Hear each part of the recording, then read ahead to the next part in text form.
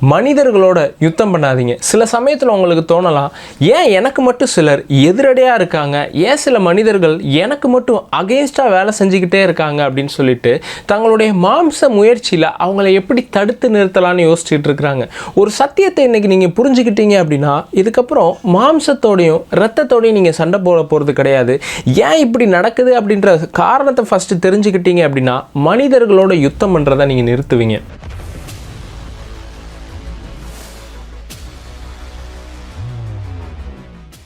இப்போ தான் first time பார்த்துக்கிட்டு இருக்கிறீங்க அப்படின்னா சப்ஸ்கிரைப் பண்ணிக்கோங்க. நம்ம ஒரு வசனத்தை வாசிக்கலாம். எபேசியர் 6வது அதிகாரம் 12வது வசனம். ஏனெனில் மாம்சத்தோடும் இரத்தத்தோடும் அல்ல, துரைத்தனங்களோடும் அதிகாரங்களோடும் இப்பிரபஞ்சத்தின் அந்தகார லோகாதிபதிகளோடும் வானமண்டலங்களில் உள்ள பொல்லாத ஆவிகளின் சேனைகளோடும் நமக்கு போராட்டம் உண்டு. மாம்சத்தோடும் இரத்தத்தோடும் நமக்கு போராட்டம் இல்லையா? அதாவது மனிதர்களோட நமக்கு போராட்டம் இல்லையா? நிறைய பேர் என்ன நினைக்கிறாங்கன்னா, இந்த மனிதர் மட்டும் எனக்கு விரோதமாக பேசுறத நான் தடுத்து நிறுத்திட்டேன் அப்படின்னா, இந்த மனிதர் மட்டும் எனக்கு அகெயின்ஸ்டா செய்யக்கூடிய காரியத்தை நான் தடுத்து நிறுத்திட்டேன் அப்படின்னா எல்லா பிரச்சனையும் சரியாயிரும்னு நினைக்கிறாங்க. ஏன்னா அவங்க மாம்சத்தோடும் இரத்தத்தோடும் யுத்தம் பண்ணணும்னு நினைக்கிறாங்க. நீங்களே அவங்கள தடுத்து நிறுத்தணும்னு உங்களுடைய மாம்ச முயற்சி பண்ணாலும் அது நடக்க போகிறது கிடையாது. ஏன்னா இந்த போராட்டம் மாம்சத்தின்படி நடக்கலை. இதுக்கு பின்னாடி இருக்கக்கூடிய ஆவிக்குரிய உலகத்தை நீங்கள் புரிஞ்சுக்கிட்டீங்கன்னா தான் எப்படி இந்த காரியத்தை கையாளுறது அப்படின்றத தெரிஞ்சுக்குவீங்க. நிறைய பேர் என்ன சொல்லுவாங்க அப்படின்னா, என்னோட ரட்சிக்கப்படாத ஒரே கணவர் தான் பிரதர் இந்த பிரச்சனை எல்லாத்துக்கும் காரணம், என்னோட வேலை பார்க்குற ஒரே மேனேஜர் தான் பிரதர் எல்லாத்துக்கும் காரணம், என்னோட இருக்கக்கூடிய கூட வேலை பார்க்குற ஒரே ஆள் தான் பிரதர் எல்லாத்துக்கும் காரணம், ஏதோ ஒரு மனிதர் தான் இந்த பிரச்சனைக்கு பின்னாடி காரணம்னு சொல்லிட்டு அவங்க அந்த இடத்துல இருந்து நீக்கப்பட்டா இந்த எல்லா பிரச்சனையும் மாறிடும் நினைக்கிறாங்க. இது மனிதர்கள் சம்பந்தப்பட்டது கிடையாது, இது ஒரு ஆள் சம்பந்தப்பட்டது கிடையாது. இதுக்கு பின்னாடி ஆவிக்குரிய உலகம் வேலை செய்யுது. என்கிட்ட வந்து ஒருத்தர் சொன்னார், பிரதர் எனக்கு மட்டும் ஒரு வாய்ப்பு கிடச்சிச்சுன்னா இந்த நாட்டுடைய பிரதமர் இந்த இடத்துல இருந்து என்னால் தூக்க முடிஞ்சிச்சு அப்படின்னா நான் ஒருத்தரை தூக்கிடுவேன் பிரதர், இவர் தான் பிரதர் இவ்வளோ பிரச்சனைக்கு காரணம், இவர் தான் பிரதர் இவ்வளோ மதவாதத்துக்கு பின்னாடி இருக்கக்கூடிய காரணம், இவரை மட்டும் ஏதாவது என்னால் பண்ண முடிஞ்சுன்னா நான் அவரை அப்படியே தூக்கிடுவேன், அவரை அப்படியே போட்டு தள்ளிடுவேன், அப்படி செஞ்சிருவேன் இப்படி செஞ்சிருவேன்னு சொன்னார். நான் சொன்னேன், நீங்கள் என்ன தான் அவரை பண்ணாலும் வேற ஒருத்தர் அந்த இடத்துல மறுபடியும் எழும்பி வந்து உட்கார்ந்து அதே விஷயத்தை தான் செய்ய போகிறார். ஏன்னா இங்கே போராட்டம் மாம்சத்தோடும் இரத்தத்தோடும் கிடையாது. அதுக்கு பின்னாடி ஒரு ஆவிக்குரிய உலகம் வேலை செய்யுது. இந்த இடத்துல சுவிசேஷம் போகக்கூடாது, இந்த இடத்துல இப்படி தான் இருக்கணும் அப்படின்னு சொல்லிட்டு அதற்கு பின்னாடி பிசாசானவனுடைய கிரியை நடந்துகிட்டு இருக்கு. நீங்கள் மாம்சத்தில் இருக்கக்கூடிய ஒரு மனுஷனை தடுத்து நிறுத்திட்டா அந்த பிரச்சனை நின்றும் அப்படின்னு நினைக்கிறீங்க. நோ, இது மாம்சத்தோடும் இரத்தத்தோடும் நடக்கிற யுத்தம் கிடையாது. அதனால தான் இயேசு பூமியில் வாழ்ந்த நாட்களில் எந்த மனிதர்களோடையும் யுத்தம் பண்ணலை. அவருக்கு தெரியும் மாம்சத்தோடும் இரத்தத்தோடும் நமக்கு போராட்டம் கிடையாது. இந்த மனிதன் நமக்கு விரோதமாக செஞ்சுக்கிட்டு இருக்கிறானா இவனுக்கு பின்னாடி ஒரு ஆவி கிரியை செய்து அப்படின்றது அவருக்கு தெரியும்.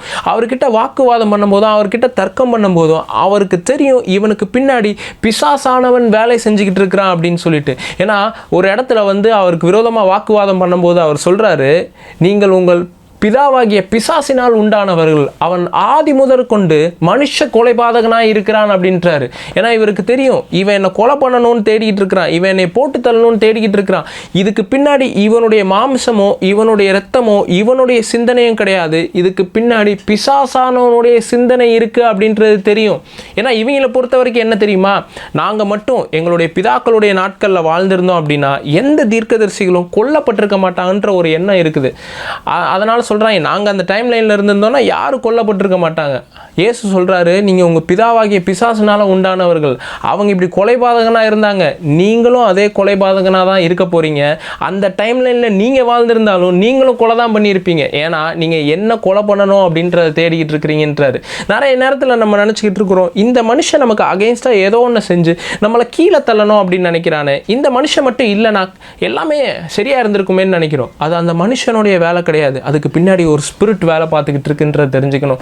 ஏதோ ஒன்று நமக்கு விரோதமாக தொடர்ந்து செயல்பட்டுக்கிட்டு இருக்குன்னா ஒன்றை மட்டும் புரிஞ்சுக்கோங்க, அந்த மனுஷனோட யுத்தம் பண்ணணும் அப்படின்னு நினைக்காதீங்க. அவனுக்கு பின்னாடி ஒரு ஆவி வேலை செஞ்சுக்கிட்டு இருக்குன்றதை நீங்கள் தெரிஞ்சுக்கணும். ஏன்னா பைபிளில் பிசாசானவனை பற்றி பேசும்போது ஏதோ ஒரு மனுஷனை பேசுகிற மாதிரி தான் இருக்கும், ஆனால் அந்த இடத்துல பிசாசை பற்றி பேசப்பட்டிருக்கும். பிசாசை பற்றி எங்கே பைபிளில் சொல்லப்பட்டிருக்குன்னா ஏசாயா 14வது அதிகாரம் எல்லாருக்கும் தெரியும். பிசாசை பற்றின விழுகையை பற்றி எழுதியிருக்குன்னு சொல்லுவாங்க. ஆனால் அந்த அதிகாரத்தை எடுத்து பார்த்தீங்கன்னா அங்கே பாபிலோன் ராஜாவை பற்றி பேசப்பட்டிருக்கும். அதே மாதிரி இன்னொரு அதிகாரத்தை சொல்லுவாங்க, எசேக்கியேல் 28. எசேக்கியேல் 28 எடுத்து பார்த்தீங்கன்னா அங்கே தீரு ராஜாவை பற்றி எழுதப்பட்டிருக்கோம். இங்கே பாபிலோன் தீரு ராஜாவை பற்றி எழுதப்பட்டிருக்கா இல்லை உண்மையாகவே பிசாசானவனுடைய விழுகையை பற்றி எழுதப்பட்டிருக்கா அப்படின்னு கேட்டிங்கன்னா அங்கே பிசாசானவனை பற்றி தான் எழுதப்பட்டிருக்குது. அந்த மனுஷனுக்கு பின்னாடி எந்த ஒரு ஸ்பிரிட் வேலை செய்யுதுன்னு எழுதப்பட்டிருக்குது. அவனுக்கு அவ்வளோ பெருமை இருக்குது. நான் எல்லா ராஜ்யங்களும் எனக்கு கீழே கட்டுப்படுத்தி ஆண்டு கொள்ளுவேன்ற ஒரு எண்ணம் இருக்குது. இது எங்கேருந்து வந்துச்சுன்னா பிசாசானவனிடத்துலேருந்து வந்துச்சு. அப்போ அதை கம்பேர் பண்ணி அங்கே எழுதப்பட்டிருக்கிறத நம்ம பார்க்க முடியுது. மனிதர்களை பற்றி பேசும்போது வேத வசனத்தில் அதற்கு பின்னாடி எந்த ஸ்பிரிட் வேலை செய்யுது அப்படின்றதையும் எழுதப்பட்டிருக்குது. நீங்கள் இந்த மனிதரை நான் தடுத்து நிறுத்திட்டா அந்த ஸ்பிரிட்டை தடுத்து நிறுத்திடலாம்னு நினைக்கிறீங்க. அப்படி நிறுத்த முடியாது. அந்த சத்தம் வேற ஒரு மனிதன் வழியாக கூட வரலாம். அப்போ எப்படி தான் பிரதர் எனக்கு விரோதமாக இருக்கிறவங்களை நான் தடுத்து நிறுத்துறது, எனக்கு அகெயின்ஸ்டாக இருக்கிறவங்க கூட நான் எப்படி யுத்தம் பண்ணுறது அப்படின்னு கேட்டிங்கன்னா நீங்கள் 2 விஷயத்தை தான் பண்ணணும். மொதல் விஷயம், மாம்சத்தோடும் இரத்தத்தோடும் போய் போராட்டம் பண்ணாதீங்க. அவங்களுக்காக ப்ரேயர் பண்ணுங்கள். நம்ம என்ன நினைக்கிறோன்னா அவங்க நம்மளை எப்படி டீல் பண்ணுறாங்களோ அதே விதத்தில் தான் நம்மளும் அவங்கள டீல் பண்ணணும்னு சொல்லிட்டு நம்மளுடைய மாம்சம் நம்மக்கிட்ட என்ன சொல்லுதோ அதை கேட்கணும் அப்படின்னு நினைக்கிறோம். இல்லை, அவங்கக்கிட்ட அவங்க எதை செய்கிறாங்களோ அதையே மறுபடியும் செய்கிறதுனால இந்த யுத்தம் நிற்க போகிறது கிடையாது. அதுக்கு ஒரு ரியாக்ஷனும் கொடுக்காம அவங்களுக்காக ப்ரேயர் பண்ணுங்கள். அவங்க உங்களுக்கு எதிரடையாக சில விஷயத்தை செஞ்சுக்கிட்டு இருக்கிறாங்களா, இயேசுவின் நாமத்தினால இந்த காரியம் மாற்றப்பட்டு இருக்கட்டும். உங்கள் கூட இருக்கிற ஒரு நபராக இருக்கலாம், இல்லை நீங்கள் வேலை பார்க்கக்கூடிய ஸ்தலத்தில் இருக்கக்கூடிய ஒரு நபராக இருக்கலாம். அவங்களுக்காக ப்ரேயர் பண்ணுங்க. அந்த இடத்துல ஒரு பெரிய மாற்றம் நடக்கிறத பார்ப்பீங்க. 2வது விஷயம், அந்த ஸ்பிரிட்டை உங்களுக்கு ரெபியூக் பண்ண தெரிஞ்சிருக்கணும். எந்த மனிதர்கள் உங்களுக்கு விரோதமாக ஏதோ ஒரு விஷயத்தை செஞ்சுக்கிட்டு இருக்கிறாங்களா, இயேசுவின் நாமத்தினால இந்த காரியம் எனக்கு எதிரடையாக இருக்கிற காரியத்தை நான் கடிந்து கொள்ளுகிறேன் அப்படின்னு அதை ரெபியூக் பண்ண தெரிஞ்சிருக்கணும். எல்லாத்தையும் நம்ம பொறுத்து கொண்டு போகணும் அப்படின்ட்டு இல்லை. சில விஷயத்தை நீங்கள் ப்ரேயர் பண்ணும்போது உங்கள் வாயை திறந்து கடிந்து கொள்ள உங்களுக்கு தெரிஞ்சிருக்கணும். இந்த 2 செஞ்சாலே போதும். எந்த மனிதர்கள் உங்களுக்கு விரோதமாக யுத்தம் பண்ணினாலும் அவர்களை நீங்கள் ஜெயிக்க முடியும். உங்களுடைய மாம்சத்தோடும் இரத்தத்தோடும் சண்டை போட்டு கிடையாது. இதை பார்த்துக்கிட்டு இருக்கிற ஒவ்வொருத்தவங்களுக்காக நான் ப்ரேயர் பண்ண விரும்புகிறேன். உங்களுக்கு விரோதமாக ஏதோ ஒரு மனிதர்கள் யுத்தம் பண்ணிகிட்டு இருக்காங்க, யாரோ ஒருத்தர் சூழ்ச்சி பண்ணிக்கிட்டு இருக்கிறாங்க, உங்களை கீழே கொண்டு வரணும்னு நினைக்கிறாங்கன்னு யோசிச்சுட்டு இருக்கிறீங்களா? உங்களுக்கு அகேன்ஸ்டாக இருக்கிற காரியம் எல்லாம் மாற்றப்படும். பிதாவே இயேசுவின் நாமத்தினால இதை பார்த்துக்கிட்டு இருக்கிற ஒவ்வொருத்தரையும் நான் ஆசீர்வதிக்கிறேன். மாம்சத்தோடும் இரத்தத்தோடும் இவர்களுக்கு போராட்டம் கிடையாது.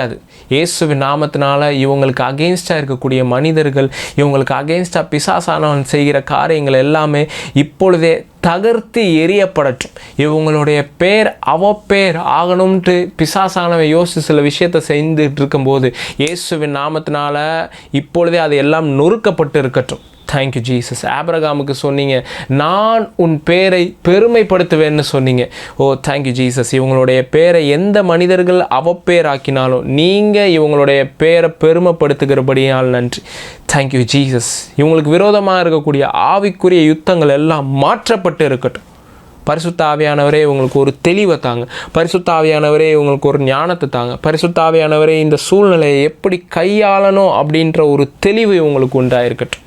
இயேசுவின் நாமத்தில் பிதாவே, ஆமென். இந்த செய்தி உங்களுக்கு பிரயோஜனமாக இருந்துச்சுன்னா மற்றவர்களுக்கும் ஷேர் பண்ணுங்கள். அவங்களுக்கு பிரயோஜனம் உள்ளதாக இருக்கும். இந்த வார்த்தை உங்களை ஆசீர்வதிச்சிச்சு அப்படின்னா இந்த வார்த்தைக்காக நீங்கள் கொடுக்கலாம். இந்த வார்த்தை நிமித்தம் நான் ஆசீர்வதிக்கப்பட்டேன், நான் உற்சாகமாக என்னுடைய விதையை விதைக்கிறேன் அப்படின்னு சொல்லிட்டு கீழே பார்க்குற phone number, Google Pay account details எல்லாத்தையும் பயன்படுத்தி இந்த ஊழியத்துக்கு நீங்கள் அனுப்பிச்சி வைக்கலாம். மாதந்தோறும் தொடர்ந்து இந்த ஊழியத்தில் பங்காளராகவும் மாறலாம். And thank you so much. மாதந்தோறும் இந்த ஊழியத்தில் பங்காளராக இருக்கிறவங்களுக்காகவும். அண்ட் ஆல்சோ இன்னொரு அனௌன்ஸ்மெண்ட், வர்ற பிப்ரவரி மாதத்தில் நம்மளுடைய இன்னொரு சேனலில் 1 மணி நேரம் மெசேஜ் வாரத்துக்கு ஒரு தடவை வந்துடும். நிறைய பேர் கேட்குறாங்க, பிரதர் உங்களுக்கு சண்டே சர்வீஸ் ஏதாவது இருக்கா அப்படின்னு சொல்லிட்டு. இல்லை, இப்போதைக்கு இல்லை, இதுக்கப்புறம் கூடிய சீக்கிரம் வரும். அது வரைக்கும் உங்களுக்கு வாரத்துக்கு ஒரு நாள் முழு செய்தி வரும். அந்த சேனலில் நீங்கள் எக்ஸ்பெக்ட் பண்ணலாம். கீழே அதுக்கான லிங்க் தரேன், சப்ஸ்கிரைப் பண்ணிக்கோங்க. இது வரைக்கும் வாட்ஸ்அப்லேயும் எனக்கு ஃபோன் கால்லையும் நிறைய பேர் மெசேஜ் பண்ணியிருக்கிறீங்க. எதுக்குமே ரீசெண்டாக ரிப்ளை இல்லை. அது எல்லாத்துக்கும் இந்த மாதத்தில் உங்களுக்கு ரிப்ளை வந்துடும். கவலைப்படாதீங்க, உங்களுக்கு மறுபடியும் நான் கால் பேக் பண்ணி பேசுவேன். கர்த்தர் உங்கள் எல்லாரையும் ஆசீர்வதிப்பாராக. God bless you all.